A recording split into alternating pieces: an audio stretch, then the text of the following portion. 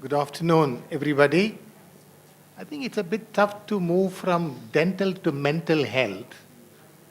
I wish it's so easy to do mental health. I wish we had a brush. Yeah, thank you. So I wish we had also have some toothbrush like that. We have a mental health brush to clean up our minds. Um, what you see is the Takmau town where our center is located. What I today share with you is part of a PhD research project, and two of the colleagues, Dr. Professor Kunar Kulgren and Justin Dahlbaum, couldn't be here, so I present on their behalf. This is the contents, some of the areas I'm going to talk to you today. So one of the school setting you see in the picture. In the background, I would like to highlight some of the issues which came across in many of the talk this morning. For example, the issue of globalization and sweetened food. Likewise, there are issues of globalization and youth culture, rapid urbanization, loss of family, challenges for young people to negotiate. And this is also the time young people, thanks to Dr. Datta who sent an article recently, I came across this lovely slide where you see this brown line, the myelination, that shows the growth of the nerves. And you have the blue line which shows the synaptical and neurological development, and the green one that shows the hormonal growth. It's a peak period. In the morning also people mentioned about golden period. So the same period which is peak for brain development is also the period young people are influenced all over the world. Social media, internet, television. So it's a critical period to give the right information to, maybe I have to turn around, I don't know, sorry, thank you.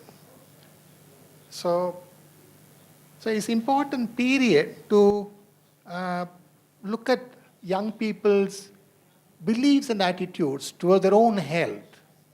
It's a critical period not only for brain development, but information giving. It's also a challenge and a critical period because there's going to be a huge rise globally, more than 50% of child and adolescent mental health problems. Whereas 80% of the people, young people live in low and middle income countries, there is a huge gap in terms of service need versus what is offered to them. So it's important to think of promotion and prevention, not to wait for the disorders to happen. This particular slide also shows how many of the disorders in young adulthood, they start early in life. You take it, conduct disorders, anxiety disorders. You see here on the below is age in years, and you see on the right you have the disorders listed. Mood disorders start a little later, and schizophrenia, substance abuse, almost any other mental illness, they have the origin in early adulthood or adolescence. So it's again a critical period to give the right information so young people can prevent as well as seek help early in life. But how do you do it? Is it possible to do only help people? Do young people come to the clinic? Do they trust authorities like police and doctors? Where are they? I think morning, Dr. Datta from UNICEF mentioned that 80% of the time that young people spend during their waking hours in school, difficult to reach them in their homes, difficult to reach when they are with a peer group. School is an ideal setting to promote mental health, particularly in low-income and post-conflict countries, because the services for young people are not there yet. There are no adolescent mental health clinics like in the developed world. So, what is the setting? What is the situation? What I said so far is a kind of a global overall setting in low income countries. What is the situation of Cambodia? Many of you know geographically how Cambodia is located. The very geographical location has made things not so easy for Cambodia from ancient times. A lot of conflicts. It's been a victim of geography and political underdevelopment due to border conflicts, as well as the Vietnam War that spilled over into Cambodia from 1960s to 80s. More than 2 decades of war and civil unrest. The whole population went a collective trauma. Not only that, what followed later is also highly contentious and also serious. The whole health and education system was destroyed, dismantled, and collapsed during the Khmer Rouge era. In the name of agrarian revolution, all hospitals were closed, schools were closed, no banking, no financing system. So it still, after more than 30 years, still the repercussions are there. In other words, what happened now in Syria, what happened in Afghanistan, happened to Cambodia 30 years before. You see even now continued challenges in terms of providing quality services for young people. This is what the Pol Pot era, some people call genocide, some people call culture side, ritual side. So total destruction of one culture. And young people were separated. They were not allowed to live with their families. They were formed into children's groups to learn to make bombs. And so they had no normative parenting experience. So the whole generation of young people were traumatized. And when they grew to be adults, they had difficulty in parenting. So there are challenges in parenting as well. So what do we do in that situation? There is collective trauma. The health system is not there yet to develop. The families have issues of challenging and parenting. In that context, school is the right setting to reach through teachers. Because in Asia, the young people, the children, they respect teachers. So school is a potential area to help. There is a lot of evidence emerging within low-income countries. About 24 systematized studies have proved that out of that, 13 of them prove good evidence, positive effect size for enhanced mental health following school intervention. This shows the relevance of the study we did in Cambodia. Our aim was to study the outcome of a school-based intervention to promote mental health through life skills education among young people. The life skills program is very much promoted by WHO. There are modules which are developed in Geneva and adapted to local Asian country setting. And the one that we adapted is from India. One professor, Dr. Shrikala, who is a WHO consultant for life skills, was also helping to adapt to Cambodian setting. The method, we had this study design. What you see on the right side, we had the intervention school and control schools, and the classes were randomly selected. And before assessment, there were 3 instruments used to do baseline assessment, and then we did intervention. There were 6 definite modules. I'll tell you later what are the modules given as a part of life skill education package. And then the control school received only 3 modules, mainly anemia, nutrition, and concentration. And after 6 months, the same instruments were again used to measure the outcome or the impact. These were the instruments we used. The attitude towards suicide has been used in more than a dozen low-income countries and well validated. And youth self-report is being used in more than about 36 countries all over the world, which is well known for its reliability and validity. And we also used what we call the life skill development scale or lesson form to measure the following dimensions, mainly interpersonal communication, problem solving, decision making skills, physical fitness, and identity development and purpose in life. All the scales are well validated. They were translated into Khmer by a team of mental health professionals, and they were cross-checked by validity by retranslation, as well as giving back to the original author for comment. You see one of the child responding to the question in Khmer language, the local language. And as far as intervention, there are three models of school-based intervention. One is awareness-raising model and school-based screening and skill training model to reduce problem solving and improve problem solving behavior and social skills. And also gatekeeper training, meaning training the teachers and some of the school leaders.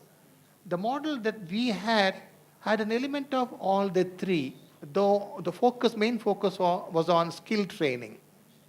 What you see here is a session of training the teachers. You see Dr. Shikala in the middle there.